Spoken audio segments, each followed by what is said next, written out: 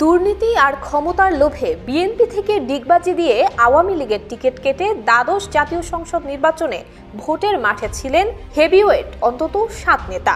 ভাগ্যের জোরে দুজন এমপিও হয়েছিলেন, কিন্তু মাত্র ৭ মাসের মাথায় ক্ষমতা হারিয়ে যেন একুল উকুল দুকুলি হারিয়েছেন সে সকল নেতারা। দলীয় সিদ্ধান্ত অমান্য করে বিএনপির নির্বাচনে না থাকার সুযোগকে কাজে লাগাতে নতুন দল এবং জোটও গঠন করেছিলেন তারা। তবে তাতে লাভ তো দূরের কথা, বরং রাজনীতি বলতেই তাদের জন্য এখন লস প্রজেক্ট। একদিকে বিএনপিতে ফেরার পথ কঠিন, অপরদিকে জনগণের দৃষ্টিতে জাতীয় বেইমান এবং সরকারের দোসর তকমাও পেয়েছেন। বিএনপির কয়েক যুগের পরীক্ষিত সাবেক এ সকল নেতারা এখন দুই কুল হারিয়ে দিশেহারা। বিএনপির একাধিক নেতা বলছেন, শাহজাহান ওমর, সৈয়দ মোহাম্মদ ইব্রাহিম, শামসের মোবিন চৌধুরী, তৈমুর আলম খন্দকার সহ ৭ নেতারই স্বপ্ন ছিল এমপি হওয়া। বিএনপির সব মহলেও তাদের আলাদা গ্রহণযোগ্যতা ছিল। হঠাৎই আওয়ামী লীগ সরকারের প্রলোভনে পড়ে ভোটে গিয়ে ভুল রাজনীতিতে জড়িয়ে পড়লেন। তারা ভোটারদের কথাও ভাবেননি। দীর্ঘ ১৫ বছর ধৈর্য ধরেও আর কিছুদিন অপেক্ষা করতে পারলেন না। অবশ্য সে সকল নেতারা এও বলছেন, তাদের রাজনীতি এখন মৃত্যুর মুখে। এখন তাদের ৭ মাসের এমপি তকমা দিচ্ছে ছাত্র জনতা। বিএনপিতে তাদের ফেরার সুযোগ নেই বললেই চলে। দীর্ঘ ৪৫ বছরের বিএনপির রাজনীতির ইতি টেনে গত বছরের ৩০ নভেম্বর আওয়ামী লীগে নাম লেখান বিএনপির vice chairman barrister Shahjahan Omar. ওই দিনই তাকে বহিষ্কার করে বিএনপি।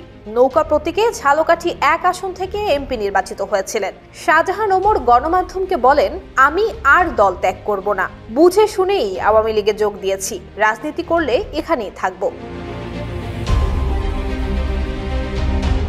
গত বছরের ২২ নভেম্বর ৪ দলীয় যুক্ত ফ্রন্ট জোট গঠন করে সংসদ নির্বাচনে অংশ নেন কল্যাণ পার্টির chairman major general Syed Mohammad Ibrahim. বিএনপির সঙ্গে দীর্ঘ ১৬ বছরের সম্পর্ক ছিন্ন করেন।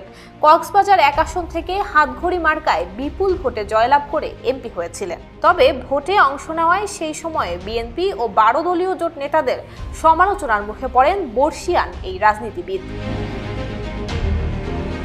দলীয় শৃঙ্খলা ভঙ্গের অভিযোগে ২০২০ সালে দল থেকে বহিষ্কৃত হন কিশোরগঞ্জ জেলা বিএনপির সভাপতি এবং সাবেক এমপি মেজর আখতারুজ্জামান রঞ্জন। ৩২ বছরের রাজনৈতিক সম্পর্ক ছিন্ন হয়। বহিষ্কারের পরও তাকে বিএনপির বিভিন্ন কর্মসূচিতে দেখা যেত। তবে দ্বাদশ জাতীয় সংসদ নির্বাচনে কিশোরগঞ্জ ২ আসন থেকে স্বতন্ত্র প্রার্থী হিসেবে দাঁড়িয়ে জামানত হারিয়েছিলেন। দ্বাদশ জাতীয় সংসদ নির্বাচনের ঠিক আগ মুহূর্তে বিএনপির সাবেক ভাইস চেয়ারম্যান নাজমুল হুদার প্রতিষ্ঠিত তৃণমূল বিএনপিতে ২০২৩ সালের ১৯ সেপ্টেম্বর যোগ দেন বিএনপির সাবেক ভাইস চেয়ারম্যান শামসের মোবিন চৌধুরী এবং চেয়ারপারসনের উপদেষ্টা অ্যাডভোকেট তৈমুর আলম খন্দকার। শামসের মোবিন চৌধুরী তৃণমূল বিএনপির চেয়ারম্যান এবং তৈমুর আলম মহাসচিব নির্বাচিত হন। শামসের মোবিন চৌধুরী বিএনপিতে যোগ দেন ২০০৭ সালে। বিএনপি জোট সরকার আমলে যুক্তরাষ্ট্রের রাষ্ট্রদূতের দায়িত্ব পালন করা শামসের মোবিন চৌধুরী বিএনপি থেকে পদত্যাগ করেন ২০১৫ সালের ২৮ অক্টোবর। ৩ বছর পর যোগ দেন বিকল্পধারা বাংলাদেশে। গত সংসদ নির্বাচনে সিলেট ৬ আসন থেকে তৃণমূল বিএনপির শামসের মোবিন চৌধুরী অংশ নিয়ে তার জামানতটুকু হারিয়েছেন। অন্যদিকে তৈমুর আলম খন্দকার বিএনপিতে যোগ দেন ১৯৯৬ সালে। তিনি নারায়ণগঞ্জ জেলা বিএনপির সভাপতি এবং মহানগরের নেতৃত্ব দিয়েছেন। নারায়ণগঞ্জ সিটি কর্পোরেশনে বিএনপির প্রার্থীও ছিলেন তিনি। তবে ২০২২ সালের জানুয়ারিতে দলীয় সিদ্ধান্ত অমান্য করে সিটি নির্বাচনে প্রার্থী হলে বহিষ্কৃত হন তৈমুর আলম। পরবর্তীতে পরিবারের আপত্তি থাকা সত্ত্বেও তৃণমূল বিএনপিতে যোগ দেন তিনি।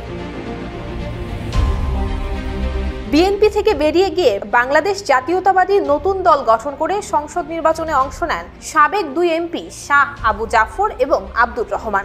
আবু জাফর জাতীয় পার্টি থেকে বিএনপিতে যোগদান করেন ২০০৩ সালে এবং আব্দুর রহমান ১৯৯৬ সালে। ২০২৩ সালের ২০ নভেম্বর বিএনপি ছেড়ে দুজনেই বিএনএমে যোগ দেন। তবে সংসদ নির্বাচনে প্রত্যেকেই জামানত হারিয়েছেন। নুসরাত জাহান মেহেক, জয় জয় দিন।